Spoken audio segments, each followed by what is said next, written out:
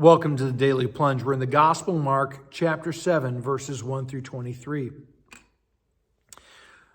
There's some Pharisees and some teachers of the law. These are experts in religiosity. These are experts in self-righteousness, right?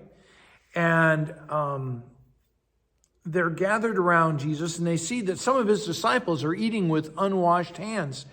And they're just aghast. Oh my gosh, because it says in the text that this was a ceremonial washing. This is not a washing necessary for bacteria like we have these days, right?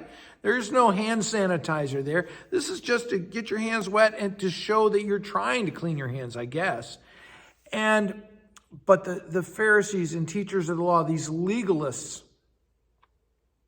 why don't your disciples live according to the traditions instead of eating with defiled hands? And Jesus cuts through the garbage. But what is the garbage? Is it just that these guys are self-righteous? No, it's that reliance upon our own works to show how good we are. And we all get this. Oh my gosh, you did that and you didn't, and we get attacked sometimes because we didn't follow through on something that was a human ritual, a human law. And so Jesus calls them out. He says, Isaiah prophesied and called you hypocrites because you say you love God, and your lips flap, right? But your hearts are far from me. You like the law, but you don't love God. You like the law, but you will not live under God's dominion, and you won't trust God.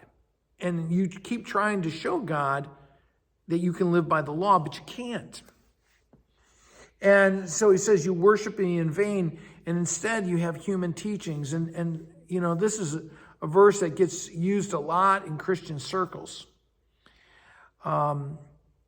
But here's the thing, are we living by the promise of God, or are we living by the rules of man, or by our man's effort to show how good they are?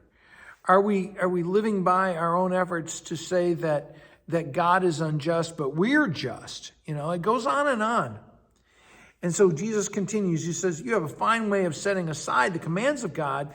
You find loopholes where loopholes don't exist, Jesus is saying. You think you can weave your way through this. It's just like folks say, well, I'm a good Christian, but I never go to church. Well, then you're not really worshiping the God, right? You're not really worshiping God because you don't come to worship him. He's a sideline for you if worship isn't a priority. Because you're called to love the Lord your God with all your heart, mind, and soul.